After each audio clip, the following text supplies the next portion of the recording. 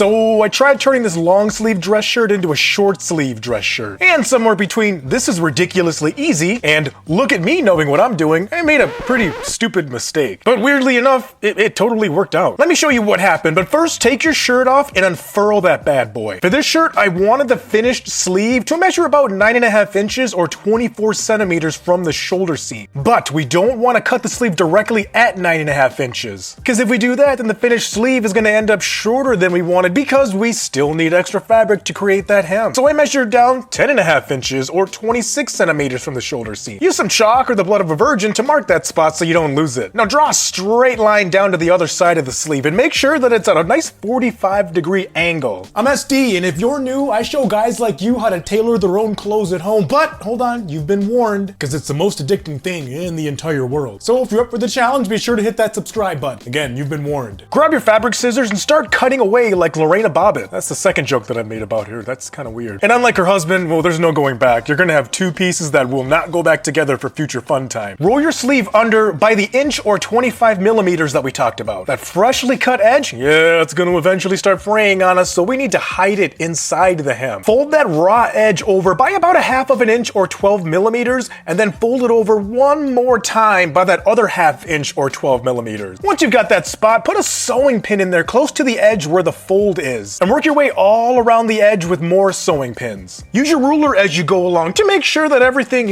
measures out consistently and is nice and even. Now your pins are gonna look like this, with the sleeve facing that way and the pins facing that way. It's gonna make them way easier to remove. Take this piece off of your sewing machine. It's called a free arm, and is the name relevant to anything at all? No. If you can't remove yours, it's okay. We can work around that. Use these settings on your sewing machine and start your stitch on one of the side seams to hide all that kerfuffle. Start with the back stitch and sew close to the top of the fold where those pins are. Keep sewing all the way around, and you're gonna have to work with your shirt giving off all sorts of testicular torsion vibes as it fights you when you're trying to rotate it. Don't Google that. Once you get to the end, back stitch again. I was feeling dangerously confident today, and then I looked at the finished sleeve and I realized something.